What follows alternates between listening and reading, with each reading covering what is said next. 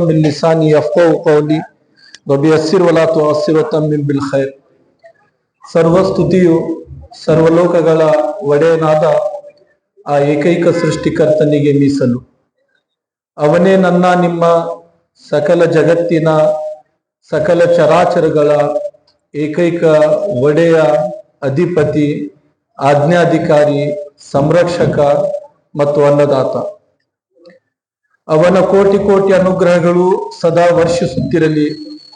ಎಲ್ಲ ಕಾಲಗಳಲ್ಲಿ, ಎಲ್ಲ ಪ್ರದೇಶಗಳಲ್ಲಿ ಮತ್ತು ಜಗತ್ತಿನ ವಿವಿಧ ಜನಾಂಗಗಳಲ್ಲಿ ಬಂದಂತಹ ಎಲ್ಲ ಪ್ರವಾದಿಗಳ ಮೇಲೆ, ಎಲ್ಲ ಮಹಾಪುರುಷರ ಮೇಲೆ, ಎಲ್ಲ ಸಜ್ಜನರ ಮೇಲೆ, ವಿಶೇಷವಾಗಿ ಅಂತಿಮ ಪ್ರವಾದಿ, ಮಾನವ ಕುಲದ ವಿಮೋಚಕ, ಲೋಕಾನುಗ್ರಹಿ ಪ್ರವಾದಿ ಮೊಹಮ್ಮದ್ ಸಲ್ಲಲ್ಲಾಹು ಅಲೈಹಿ ವಸಲ್ಲಂ ವೇದಿಕೆಯಲ್ಲಿ ಆಸೀನರಾಗಿರುವ ಜಾಮಿಯಾ ಮಸೀದಿ ಕುಂಸಿ ಇದರ ಅಧ್ಯಕ್ಷರಾಗಿರುವಂತಹ ಜನಾಬ್ ತಸ್ವೀರ್ ಅಹಮದ್ ಸಾಹೇಬರೇ, ಅದೇ ರೀತಿ ಜಮಾತೆ ಇಸ್ಲಾಮಿ ಹಿಂದ್ ಕರ್ನಾಟಕ ರಾಜ್ಯ ಕಾರ್ಯದರ್ಶಿಗಳಾದಂತಹ ಸ್ನೇಹಿತರು ಆಗಿರುವಂತಹ ಜನಾಬ್ ಮೌಲಾನಾ ಅಬ್ದುಲ್ ಗಫಾರ್ ಹಾಮಿದ್ ಉಮ್ರಿ ಅವರೇ, ಕುಂಸಿ ನಗರ ಗ್ರಾಮ ಪಂಚಾಯತಿಯ ಅಧ್ಯಕ್ಷರೇ, ಸರ್ವ ಸದಸ್ಯರೇ, ವೇದಿಕೆಯ ಮೇಲೆ ವಿರಾಜಮಾನರಾಗಿರುವಂತಹ ಎಲ್ಲ ಗಣ್ಯ ಅತಿಥಿಗಳೇ, ಈ ಸಭೆಯಲ್ಲಿ ಭಾಗವಹಿಸಿರುವಂತಹ ಆದರಣೀಯ ಹಿರಿಯರೇ, ಪ್ರೀತಿಯ ಸಹೋದರ ಸಹೋದರಿಯರೇ, ಮುದ್ದು ಮಕ್ಕಳೇ, ತಮಗೆಲ್ಲರಿಗೂ ನನ್ನ ನಲ್ಮೆಯ ಅಸ್ಸಲಾಮು ಅಲೈಕುಂ. ನಿಮ್ಮೆಲ್ಲರ ಮೇಲೆ ದೇವನ ಶಾಂತಿ ಮತ್ತು ಅನುಗ್ರಹವಿರಲಿ. ಇಬ್ಬರು ಮುಸ್ಲಿಮರು ಪರಸ್ಪರ ಭೇಟಿಯಾದಾಗ ಹೇಳುವಂತಹ ವಚನವಿದು, ಅಸ್ಸಲಾಮು ಅಲೈಕುಂ ಅಂತ ಹೇಳಿದರೆ ನಿಮ್ಮ ಮೇಲೆ ದೇವನ ಶಾಂತಿ ಮತ್ತು ಅನುಗ್ರಹವಿರಲಿ ಅಂತ. ಅದಕ್ಕೆ ಉತ್ತರವಾಗಿ ಪ್ರತಿಕ್ರಿಯಿಸಲಾಗ್ತದೆ ವಾಲೇಕುಂ ಅಸ್ಸಲಾಂ ಅಂತ, ನಿಮ್ಮ ಮೇಲೆಯೂ ಕೂಡ ದೇವನ ಶಾಂತಿ ಮತ್ತು ಅನುಗ್ರಹವಿರಲಿ ಅಂತ. ಬಹಳ ಅರ್ಥಪೂರ್ಣವಾದಂತಹ ಒಂದು ಕಾರ್ಯಕ್ರಮದಲ್ಲಿ ಇಂದು ನಾವು ಭಾಗವಹಿಸಿದ್ದೇವೆ. ಈ ಕಾರ್ಯಕ್ರಮಕ್ಕೆ ಅರ್ಥಪೂರ್ಣವಾದಂತಹ ಸಭೆ ಅಂತ ಯಾಕೆ ನಾನು ಹೇಳ್ತಾ ಇದ್ದೇನೆ ಅಂತ ಹೇಳಿದರೆ, ಇಂದು ಈ ಗಳಿಗೆಯಲ್ಲಿ ನಾವು ಈ ಸಭೆಯ ಮುಖಾಂತರ ಧರ್ಮ, ದೇವರು, ಪ್ರವಾದಿಗಳು, ಆಧ್ಯಾತ್ಮ, ಜೀವನ, ಮರಣ ಮತ್ತು ಮರಣಾನಂತರ ಬದುಕಿನ ಕುರಿತು ಬಹಳ ಸಂಕ್ಷಿಪ್ತವಾಗಿ ಮಾತನಾಡಲಿಕ್ಕಿದ್ದೇವೆ, ತಿಳಿಯಲಿಕ್ಕಿದ್ದೇವೆ ಮತ್ತು ತಿಳಿಸಲಿಕ್ಕಿದ್ದೇವೆ. ಬಹುಸಂಸ್ಕೃತಿಯ ಒಂದು ಸಮಾಜದಲ್ಲಿ ಶಾಂತಿಯುತವಾದಂತಹ ಬದುಕನ್ನು ಹೇಗೆ ಕಟ್ಟಿಕೊಂಡು ಬಾಳಬೇಕು ಎಂಬ ಪ್ರಶ್ನೆಗೆ ನಾನು ನೀಡುವಂತಹ ಉತ್ತರ, ನಾವು ನಂಬಿರುವಂತಹ ಧರ್ಮಗಳ ಕುರಿತು, ನಮ್ಮ ಆಚಾರ ವಿಚಾರಗಳ ಕುರಿತು, ನಾವು ಪಾಲಿಸುವಂತಹ ವ್ಯವಸ್ಥೆಯ ಕುರಿತು, ಸಂಸ್ಕೃತಿಗಳ ಕುರಿತು ಮುಕ್ತವಾಗಿ, ಆರೋಗ್ಯಪೂರ್ಣವಾಗಿ ಸಂವಾದಗಳು, ಚರ್ಚೆಗಳು ನಡೆಯಬೇಕು. ಎಲ್ಲಿ ತಿಳಿಯುವ ಮತ್ತು ತಿಳಿಸುವ ವಾತಾವರಣವಿರುತ್ತದೆಯೋ ಅಲ್ಲಿ ಸಂಶಯಗಳ ಗೋಡೆಗಳಿಗೆ ಆಸ್ಪದವಿರುವುದಿಲ್ಲ. ಎಲ್ಲಿ ಮಾತನಾಡಲಾಗುವುದಿಲ್ಲವೋ ಧರ್ಮಗಳ ಕುರಿತು ಅಲ್ಲಿ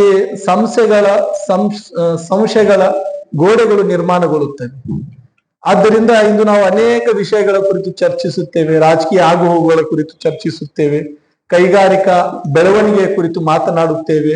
ನಮ್ಮ ಯುವಕರಂತೂ IPL ಕುರಿತು ಬಹಳ ಮುಕ್ತವಾಗಿ ಚರ್ಚಿಸುತ್ತಾರೆ. ಆದರೆ ಮಾತನಾಡದಂತಹ ಒಂದು ಕ್ಷೇತ್ರವಿದ್ದರೆ, ನಾವು ಚರ್ಚಿಸದಂತಹ ಒಂದು ಕ್ಷೇತ್ರವಿದ್ದರೆ ಅದು ಧರ್ಮ, ದೇವರು, ಆಧ್ಯಾತ್ಮದ ಕುರಿತು. ಆದ್ದರಿಂದ ಧರ್ಮಗಳ ಕುರಿತು ಮಾತನಾಡಬೇಕು. ಹೆಚ್ಚು ಹೆಚ್ಚು ಮಾತನಾಡಿದಾಗ ನಾವು ಪರಸ್ಪರ ಒಬ್ಬರು ಇನ್ನೊಬ್ಬರನ್ನು ತಿಳಿಯಲಿಕ್ಕೆ, ನಿಕಟಗೊಳ್ಳಲಿಕ್ಕೆ ಸಾಧ್ಯವಾಗ್ತದೆ. ಧರ್ಮ ಅಂದರೆ ಏನು?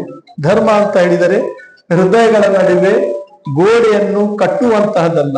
ಧರ್ಮ ಅಂತ ಹೇಳಿದರೆ ಮನಸ್ಸುಗಳ ನಡುವೆ ಸೇತುವೆಯನ್ನು ನಿರ್ಮಿಸುವುದೇ ನಿಜವಾದ ಧರ್ಮವಾಗಿದೆ. ಆದ್ದರಿಂದ ಯಾರು ಧರ್ಮದ ನಿಜಾಂಶವನ್ನು ತಿಳಿಯುತ್ತಾರೋ ಅವರು ಖಂಡಿತವಾಗಿಯೂ ಇತರರಿಗೆ ತಿಳಿಸುವಂತಹ ಪ್ರಾಮಾಣಿಕ ಪ್ರಯತ್ನ ಮಾಡ್ತಾರೆ. ಆದ್ದರಿಂದ ನಾವು ಇಂದು ಪ್ರವಾದಿ ಮೊಹಮ್ಮದ್ ಸಲ್ಲಲ್ಲಾಹು ಅಲೈಹಿ ವಸಲ್ಲಂ ಮಹಾನ್ ಚಾರಿತ್ರ್ಯವಂತ ಎಂಬ ವಿಷಯದ ಕುರಿತು ತಮ್ಮೊಟ್ಟಿಗೆ ಚರ್ಚಿಸಲಿಕ್ಕಿದ್ದೇವೆ. ಈ ಪುಸ್ತಕ ಇದೀಗ ಬಿಡುಗಡೆಗೊಂಡಿತ್ತು. ಈ ಹಿಂದೆಯೂ ಕೂಡ ಅನೇಕ ಸಭೆ ಸಮಾರಂಭಗಳಲ್ಲಿ ಈ ಪುಸ್ತಕವನ್ನು ನಾವು ಲೋಕಾರ್ಪಣೆ ಮಾಡಿದೆವು. ಮಾನ್ಯ ಮುಖ್ಯಮಂತ್ರಿಗಳು ಅವರಿಗೂ ಕೂಡ ಈ ಪುಸ್ತಕವನ್ನು ಉಡುಗೊರೆಯಾಗಿ ನೀಡಿ ಅವರೊಟ್ಟಿಗೂ ಕೂಡ ನಾವು ಪ್ರವಾದಿ ಅವರ ಚಾರಿತ್ರ್ಯ, ಅವರ ಜೀವನ ಮತ್ತು ಸಂದೇಶದ ಕುರಿತು ಸಂಕ್ಷಿಪ್ತವಾಗಿ ಭೇಟಿಯ ಮೂಲಕ ಮಾತನಾಡಿದೆವು. ಅದೇ ರೀತಿ ರಾಜ್ಯದ ಉದ್ದಗಲಕ್ಕೂ ಇಂಥ ಕಾರ್ಯಕ್ರಮಗಳನ್ನು ನಾವು ಆಯೋಜಿಸ್ತಾ ಇದ್ದೇವೆ. ಇಂತಹ ಸಭೆ ಮತ್ತು ಕಾರ್ಯಕ್ರಮಗಳ ಮೂಲಕ ಪ್ರವಾದಿ ಮುಹಮ್ಮದ್ ಸಲ್ಲಲ್ಲಾಹು ಅಲೈಹಿ ವಸಲ್ಲಂ ಅವರು ಸಾರಿದಂತಹ ತತ್ವ ಸಿದ್ಧಾಂತ, ಅವರ ಬದುಕು, ಅವರ ಜೀವನ, ಅವರು ಹಾಕಿಕೊಟ್ಟಂತಹ ಮಾರ್ಗದ ಕುರಿತು ಬಹಳ ಪ್ರಾಮಾಣಿಕವಾಗಿ ಕನ್ನಡ ನಾಡಿನ ಜನತೆಗೆ ತಿಳಿಸುವಂತಹ ಒಂದು ಕೆಲಸ ನಾವು ಮಾಡ್ತಾ ಇದ್ದೇವೆ. ಆದ್ದರಿಂದ ಜಾಮಿಯಾ ಮಸೀದಿ ಕುಂಸಿ ವತಿಯಿಂದ ಇಂದು ಹಮ್ಮಿಕೊಂಡಿರುವಂತಹ ಈ ಸಭೆ ಬಹಳ ಅರ್ಥಗರ್ಭಿತವಾದಂತಹದ್ದು. ನಾನು ವೈಯಕ್ತಿಕವಾಗಿ ಅಧ್ಯಕ್ಷರಿಗೂ ಸರ್ವ ಸದಸ್ಯರಿಗೂ ಈ ಸಂದರ್ಭದಲ್ಲಿ ಅಭಿನಂದನೆಗಳನ್ನು ಹಾಗೂ ಶುಭಾಶಯಗಳನ್ನು ಕೋರಲು ಬಯಸುತ್ತೇನೆ. ಆ ದೇವನು ಇನ್ನೂ ಹೆಚ್ಚು ನಿಮ್ಮಿಂದ ಇಂತಹ ಕಾರ್ಯಕ್ರಮಗಳನ್ನು ಮಾಡುವಂತಹ ಒಂದು ಅವಕಾಶವನ್ನು ನಿಮ್ಗೆ ದಯಪಾಲಿಸಲಿ ಅಂತ. ನಮ್ಮ ಸಮಾಜಕ್ಕೆ ಅನೇಕ ರೋಗಗಳು ಅಂಟಿಕೊಂಡಿವೆ. ಅನೇಕ ರೋಗಗಳಿಂದ ನಮ್ಮ ಸಮಾಜ ಇಂದು ನರಳುತ್ತಾ ಇದೆ. ವಿದ್ವೇಷ ಎಂಬ ರೋಗ, ಹಗೆತನವೆಂಬ ರೋಗ, ವಿಭಜನೆ ಎಂಬ ರೋಗ. ಈ ರೋಗಗಳನ್ನು ಹೋಗಲಾಡಿಸ್ಲಿಕ್ಕಾಗಿ ಏನು ಮಾಡಬೇಕು? ವಿದ್ವೇಷವನ್ನು ಪ್ರೀತಿಯಿಂದ ಹೋಗಲಾಡಿಸ್ಲಿಕ್ಕೆ ಸಾಧ್ಯವಾಗ್ತದೆ.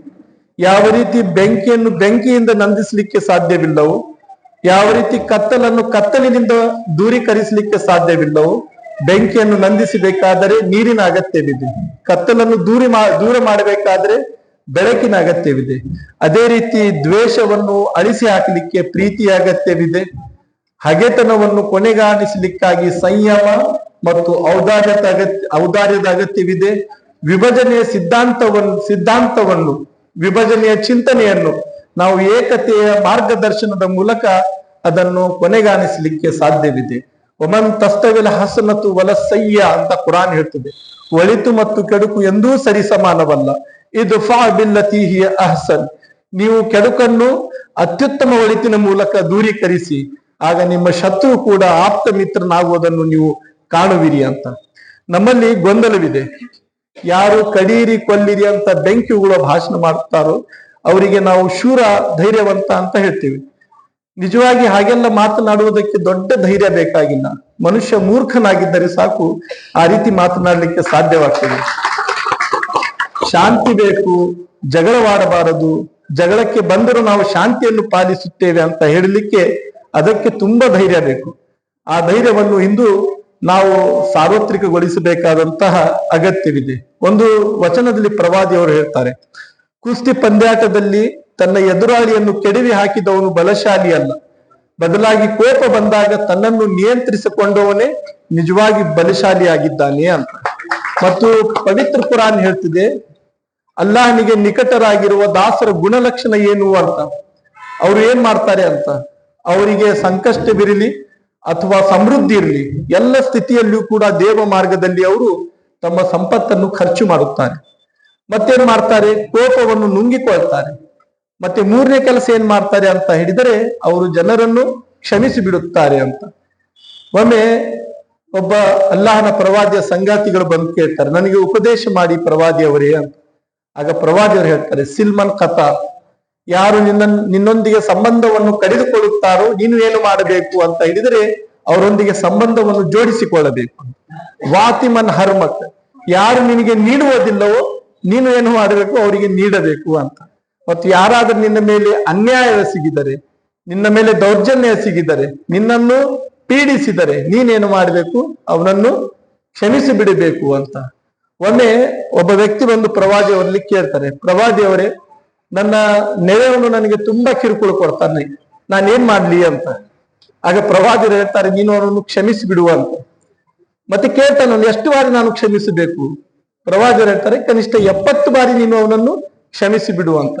ಮತ್ತೆ ಮುಂದೆ ಏನಾದ್ರೂ ಆದ್ರೆ ನೋಡುವ ಅಂತ. ಅಂದ್ರೆ ಪ್ರವಾದಿ ಮೊಹಮ್ಮದ್ ಸಲ್ಲಲ್ಲಾಹು ಅಲೈಹಿ ವಸಲ್ಲಂ ಮಾನವ ಕುಲದ ಮಾರ್ಗದರ್ಶಕರಾಗಿದ್ದರು, ಮಾನವ ಕುಲದ ವಿಮೋಚಕರಾಗಿದ್ದರು. ಮತ್ತು ಮನುಷ್ಯರು ಹೇಗೆ ಬಾಳಿ ಬದುಕಬೇಕು ಎಂಬ ಕುರಿತು ಮಾರ್ಗದರ್ಶನವನ್ನು ಬಹಳ ಕರಾರುವಕ್ಕಾಗಿ ಬಹಳ ಸ್ಪಷ್ಟವಾಗಿ ತೋರಿಸಿಕೊಟ್ಟಂತಹ ಮಹಾನ್ ಚೇತನ, ಈ ಜಗತ್ತು ಕಂಡ ಮಹಾನ್ ನಾಯಕ ಪ್ರವಾದಿ ಮೊಹಮ್ಮದ್ ಸಲ್ಲಲ್ಲಾಹು ಅಲೈಹಿ ವಸಲ್ಲಂ ಆಗಿದ್ದರು. 6ನೇ ಶತಮಾನದಲ್ಲಿ, ಅಂದರೆ 14 ಸಂವತ್ಸರಗಳ ಹಿಂದೆ ಪ್ರವಾದಿಯವರು ಯಾವ ಮಾರ್ಗದರ್ಶನವನ್ನು ತೋರಿಸಿಕೊಟ್ಟರು, ಯಾವ ಉದಾತ್ತ ಚಿಂತನೆಯನ್ನು ಬೋಧಿಸಿದರು, ಅದು ಸಾರ್ವಕಾಲಿಕವಾಗಿದೆ. ಸಾರ್ವತ್ರಿಕವಾಗಿದೆ, ಅಧಿಕೃತವಾಗಿದೆ ಮತ್ತು ಪರಿಪೂರ್ಣವಾಗಿದೆ. ಈ 21ನೇ ಶತಮಾನದಲ್ಲಿಯೂ ನಾವು ಒಮ್ಮೆ ಮುಕ್ತ ಮನಸ್ಸಿನೊಂದಿಗೆ ಯಾವುದೇ ಪೂರ್ವಾಗ್ರಹ ಪೀಡಿತರಾಗದೆ ಪ್ರವಾದಿಯವರ ಬದುಕನ್ನು ಒಮ್ಮೆ ಅಧ್ಯಯನ ನಡೆಸುವುದಾದರೆ ಯಾವೆಲ್ಲ ಸಮಸ್ಯೆಗಳಿಂದ ಇಂದು ನಾವು ನರಳುತ್ತಾ ಇದ್ದೇವೆಯೋ, ಯಾವೆಲ್ಲ ಕೆಡುಕುಗಳಿಂದ ನಮ್ಮ ಸಮಾಜ ತುಂಬಿ ತುಡುಕುತ್ತಾ ಇದೆಯೋ, ಆ ಎಲ್ಲ ಸಮಸ್ಯೆಗಳಿಂದ ಮುಕ್ತಿ ಪಡೆಯಲಿಕ್ಕಾಗಿ, ಆ ಎಲ್ಲ ಕೆಡುಕುಗಳನ್ನು ಮಟ್ಟ ಹಾಕಲಿಕ್ಕಾಗಿ ಪ್ರವಾದಿಯವರ ಶಿಕ್ಷಣದಲ್ಲಿ ಅತ್ಯುತ್ತಮ ಮಾರ್ಗದರ್ಶನ ನಮಗೆ ಸಿಗುತ್ತದೆ ಅಂತ ಬಹಳ ಪ್ರಾಮಾಣಿಕವಾಗಿ ನಾನು ತಮ್ಮ ಮುಂದೆ ಹೇಳಲಿಕ್ಕೆ ಬಯಸುತ್ತೇನೆ. ಲಕದ್ ಕಾನ ಲಕುಂ ಫೀ ರಸೂಲಿಲ್ಲಾಹಿ ಉಸ್ವತುಲ್ ಹಸನಾ ಅಂತ ಕುರಾನ್ ಹೇಳ್ತದೆ. ಪ್ರವಾದಿಯವರ ಬದುಕಿನಲ್ಲಿ ನಿಮಗೆ ಮಾದರಿ ಇದೆ, ಆದರ್ಶವಿದೆ. ಆದ್ದರಿಂದ ಆ ಪ್ರವಾದಿಯವರು ಕೇವಲ ಮುಸ್ಲಿಮರ ಪ್ರವಾದಿ ಮಾತ್ರ ಅಲ್ಲ, ಈ ಜಗತ್ತಿನ 800 ಕೋಟಿ ಜನರ ಪ್ರವಾದಿಯಾಗಿದ್ದಾರೆ. ಮತ್ತು ಅವರು ಎಲ್ಲ ಕಾಲದ ಪ್ರವಾದಿಯಾಗಿದ್ದಾರೆ, ಅಥವಾ ಎಲ್ಲ ಪ್ರದೇಶದ ಪ್ರವಾದಿಯಾಗಿದ್ದಾರೆ. ಪ್ರಳಯ ಕಾಲದ ತನಕ ಬರುವಂತ ಎಲ್ಲ ಮಾನವರ ಮಾರ್ಗದರ್ಶಕರಾಗಿದ್ದಾರೆ.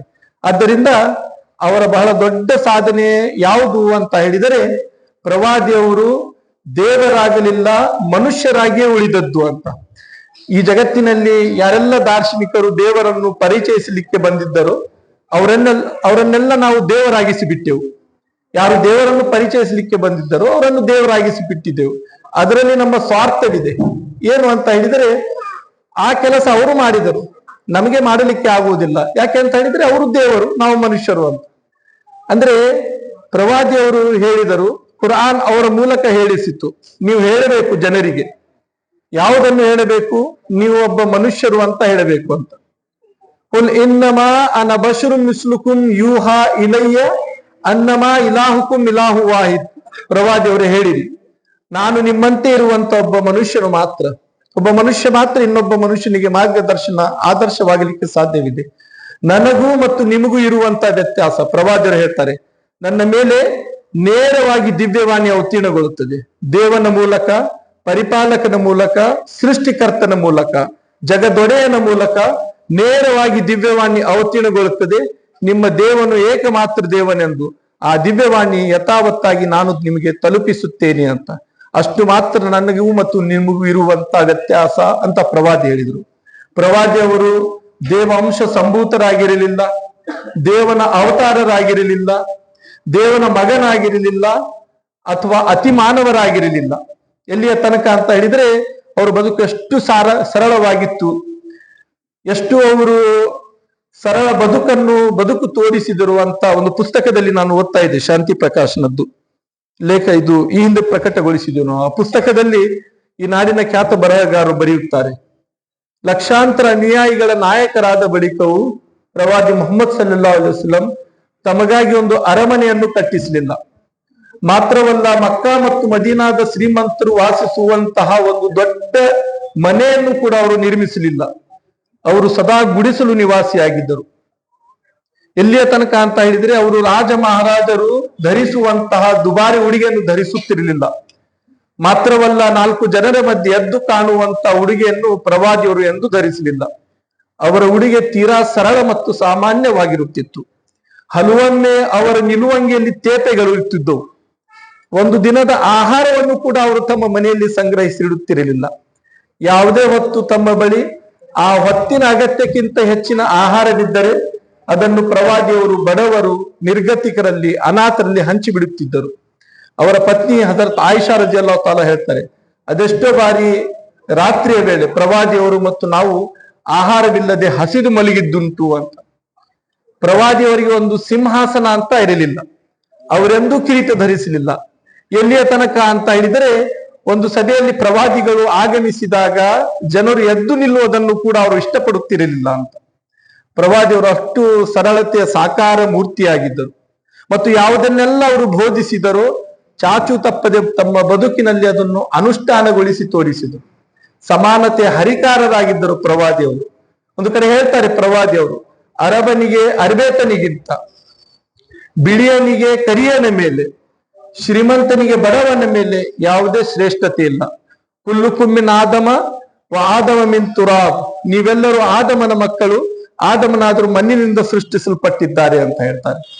ಇನ್ನೊಂದ್ ಕಡೆ ಹೇಳ್ತಾರೆ, ನೀವೆಲ್ಲರೂ ಬಾಚುಣಿಕೆ ಹಲ್ಲಿನಂತೆ ಸಮಾನರು ಅಂತ ಪ್ರವಾದಿ ಹೇಳ್ತಾರೆ.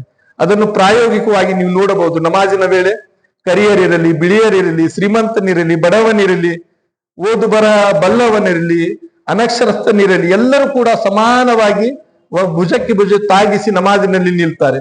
ಊರಿನ ಗಣ್ಯ ವ್ಯಕ್ತಿ ಅಥವಾ ದೊಡ್ಡ ರಾಜಕಾರಣಿ ಎಲ್ಲಿ